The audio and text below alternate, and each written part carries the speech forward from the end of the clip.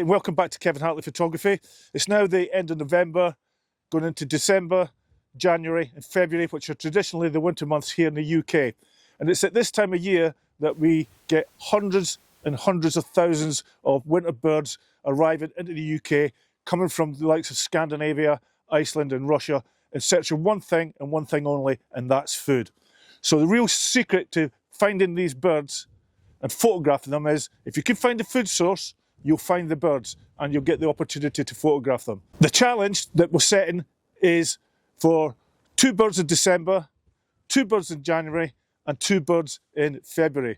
So we'll look at, in December, the Fieldfare and the Redwing, in January, the Waxwing and the water rail, and in February, both the Buick and the Hooper swan. So what we'll do is we will look at the food sources that they're after here in the UK. We'll look at how to identify them, we'll look at how to find them. I'll give you some of my approach to photographing these birds during the winter, and I'll also give you some top tips along the way. So let's go and find these birds and photograph them as a challenge for this winter period. Okay, what we're going to do now is we're going to look at food sources. As I said earlier, winter migrants come here for one reason and one reason only, and that's food. So find the food, you're going to find the birds. So what particular food sources are these birds, or what are they actually looking for?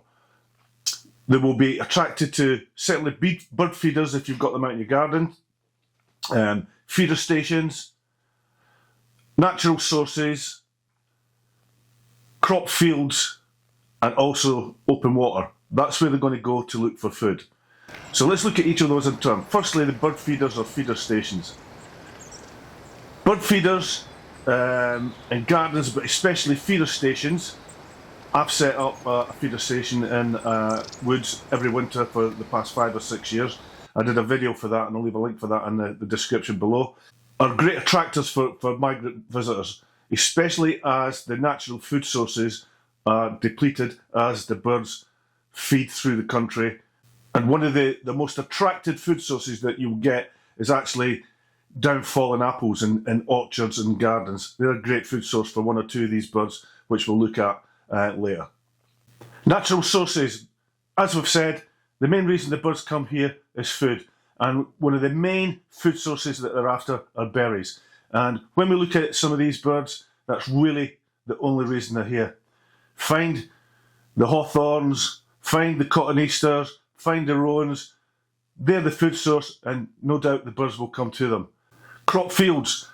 Again, winter sees the arrival of hundreds and hundreds of thousands of wildfowl coming into the UK, and you'll often find them outside in open countryside, in massive flocks, feeding in open fields that have been harvested, feeding on grass, seeds and plants that have been left over from harvest time. Open water sources again will attract lots of birds, especially wildfowl. But even if you're putting, don't forget, if you're putting feed out for birds in the garden, don't forget to neglect putting water out for them, because they do need water to survive, especially if you've got really cold weather and the water is frozen. Top tip, gearing up for the cold. Spending time in the outdoors during winter, whether you're sat in a hide or you're walking in the countryside, means keeping yourself warm in order to be able to operate functionally as a wildlife photographer, and to be comfortable in doing so. And really the secret to it is all about layers. And what I mean by layers is you're having a base layer, a medium layer and an outside layer. So your base layer, you're talking about having some nice, really warm, comfortable socks, things like long johns, thermal vest. That's your underlying base layer. Then the layer on top of that needs to be something like a fleece on top with nice, comfortable trousers that are waterproof and windproof during the winter. You're then looking at having your outer shell being completely insulated. So a nice warm jacket, Gore-Tex if it's going to be wet and windy. You're going to need nice warm gloves and a nice warm hat. And I would suggest something that's going to cover your ears as well. So if you're going to go out into the countryside in the winter, you need to be geared up for the cold. Okay, now we're going to go and look at our December targets, the two birds that we're going to target to try and photograph in December. Some of the earliest visitors that we get in winter are the redwing and the fieldfare, both members of the thrush family. Redwings, in my experience, tend to arrive before the fieldfares. When we look at the redwing, it's the UK's smallest member of the thrush family. To identify it, you're looking at a very distinctive white creamy eye stripe above the eye and a rusty orange red patch on the flanks and under the wings.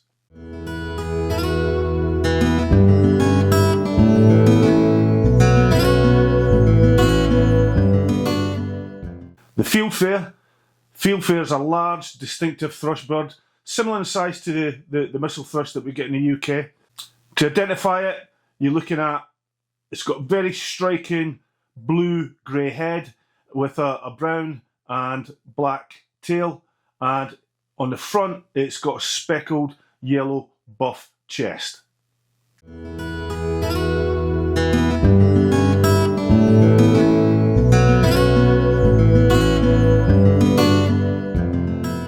When it comes to diet, both the redwing and the fieldfare, their main food source are berries. But they will also come down to, as I've said before, fallen fruit in orchards and in gardens. So where are we going to find redwings and fieldfares? Well, when they first arrive in the country, they tend to spend the majority of their time outside in the countryside, in, at times, some very large mixed flocks. And you'll find them in open countryside, in hedgerows and in fields. Once they tend to find a food source, they'll stick to it till they completely deplete it. Once they've stripped a hawthorn bush, they'll then move on. I did a previous video on redwings and fieldfares, and again, I'll leave a link for that in the description below. Top tip, equipment. During the winter, you're going to have to look at using specific equipment to operate comfortably outside in the cold.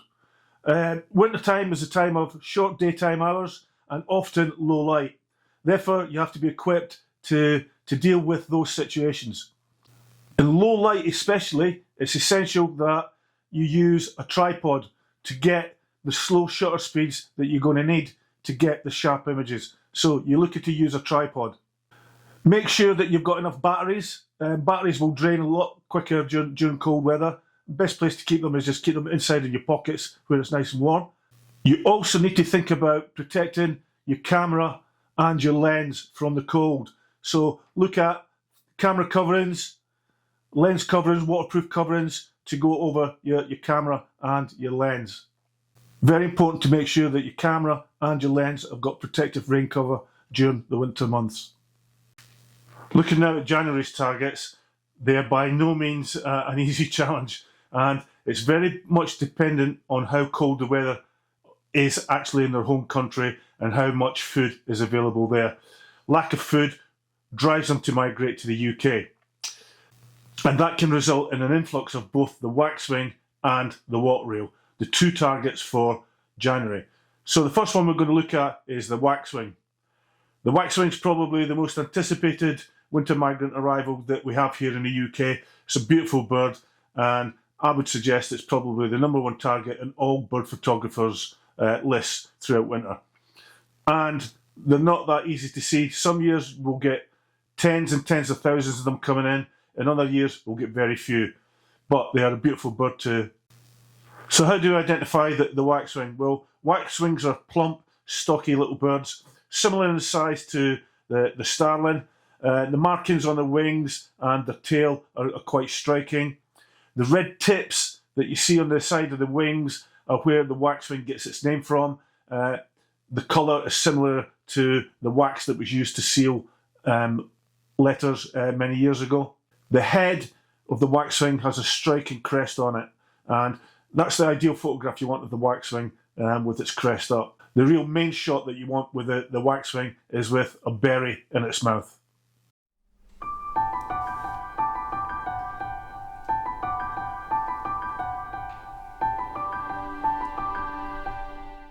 So when it comes to the waxwing's diet, again, very similar to the redwing and the fieldfare, and the #1 target for and the reason that they're here are simply berries. And I keep saying it, and I'll say it again, find the food source and you should find these birds.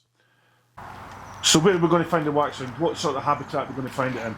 Well, they're actually found mainly in urban areas, and again, they're roaming the towns and the cities, and they're looking for berries.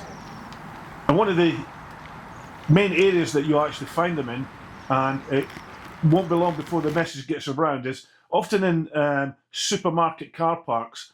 The supermarkets have planted ornamental trees, so ornamental rowans, cotoneaster, the types of berries that these birds are after.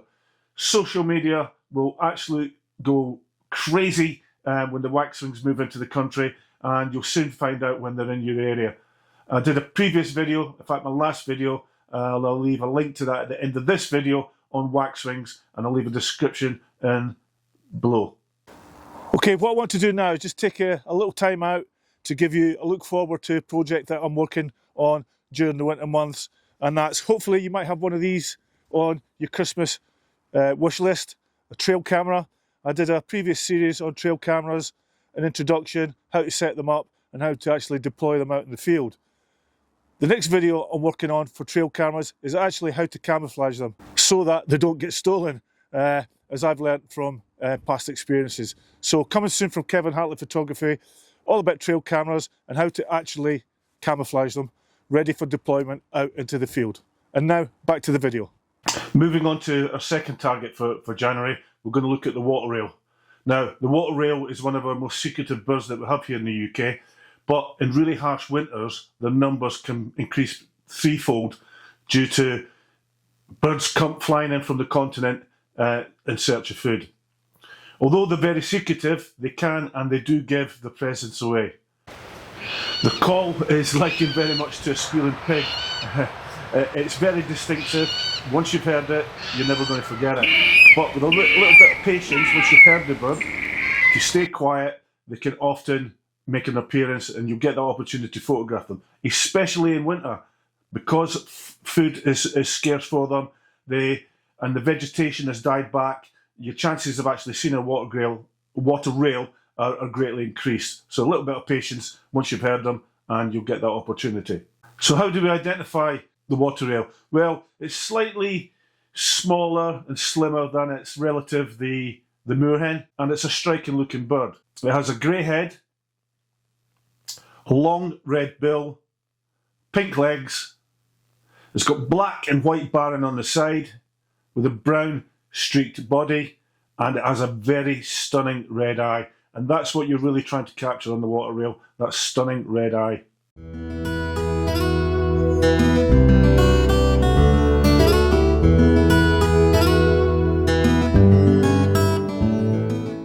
When it comes to the water rail's diet, during the year they mainly eat insects, worms, small fish, grass, seeds, roots and berries also supplement their diet. So where are we going to find the water rail? What habitat do they prefer? Well, they prefer freshwater wetlands with dense vegetation such as reed beds, wet ditches and pond margins. They rarely leave cover. As I've said, they're very secretive. They're skulking and hiding in the margins and in the reeds. If they do come out in the open, you'll often see them running, and if you surprise them, they will all of a sudden just freeze. And then you get a great chance to get a picture of them. In winter, when the vegetation is falling back, that's when you're going to get your chances to photograph these secretive birds. Migrant birds will come into the country 3 times as many as a resident water rails. The long toes help them walk across the soft mud and the vegetation in the habitat that they live in. I did a previous video on how to photograph water rails. I'll leave a link for that in the description below. Top tip, the one thing of the 4 birds that we've looked at so far, the redwing, the fieldfare, the waxwing and the water rail, they all have something in common, and that is that they live and they feed in very dense conditions, whether it be a hawthorn bush, a rowan tree or a reed bed. These conditions can prove quite difficult for your autofocus system if you haven't set it correctly. If it's not set correctly, what you can find is that your autofocus will jump onto a branch, a twig, a berry, a reed stem, and you won't get the exposure that you're after. So by using Spot AF, what you're doing is you're getting that focus point onto the bird, and it should stay on the bird, and you should get the correct exposure for the images that you're after. Top tip, exposure compensation. This thing which is known as the snow trap. Your camera's light meter can be fooled by bright snow, often underexposing your images, especially if you shoot in an automatic mode. So this is where you need to be careful. If you're shooting in an automatic mode, your camera has control of the exposure settings. So you need to think about using exposure compensation. To compensate for that, I would start with about +1 stops of compensation to ensure your snow is bright white and not grey. Check your histogram to avoid blowing your highlights as well. Now, I did a video on exposure compensation, and I'll leave a link for that in the description below, and it was part of a 3-part series I did on exposure. Our final targets are set in February, and both the whooper swan and the Buick swan went to the UK, and they can often be confused because they're very similar in appearance. The easiest way to tell them apart is by their size and the pattern of black and yellow on their bills. Both swans are entirely white and they have black legs and feet. They're much more vocal than the mute swan, which is our resident swan species here in the UK. So how do we tell the difference, or how do we identify them? First one we're going to look at is the whooper swan. It's much larger than the Buick swan, and it's similar in size to the mute swan. The bill pattern on the whooper swan has more yellow than black, and it forms a large triangle. The head on the whooper swan is wedge-shaped, and the neck is very often straight and erect.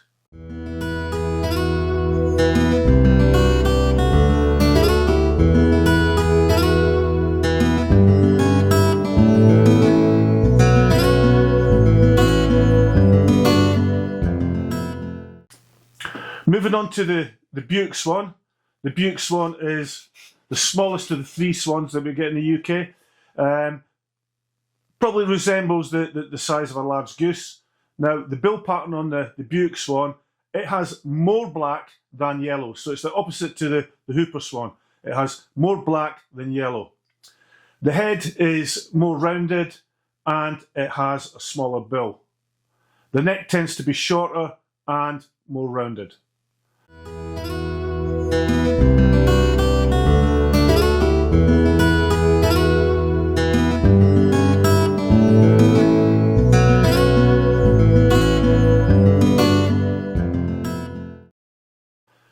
When it comes to diet, both swans can be found in mixed flocks on arable land, feeding on seeds, grass and roots from crop fields. So where are we going to find them? Well, open water is any inland open waterway you will find both swans on. Marshlands, lakes, ponds. So the main differences between the whooper and the Buick swan: the whooper is larger than the Buick. The whooper has more yellow than black on its bill, whereas the Buick has more black than yellow on its bill.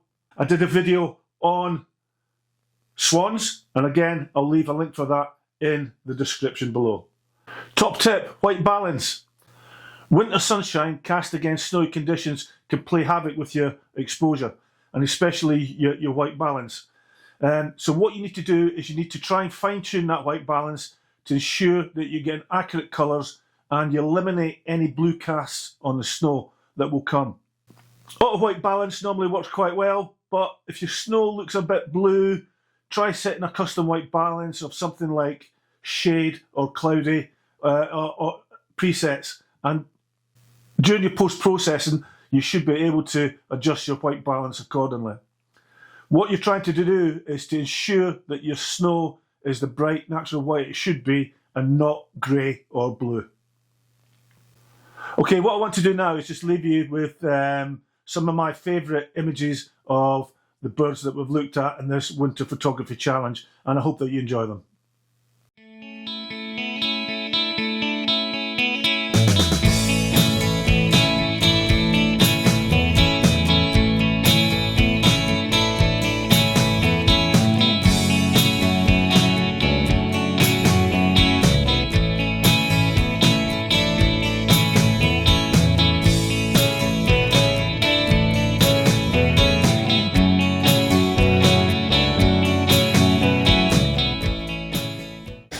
Okay, thanks for watching this edition of Kevin Hatley Photography and the Winter Bird Photography Challenge.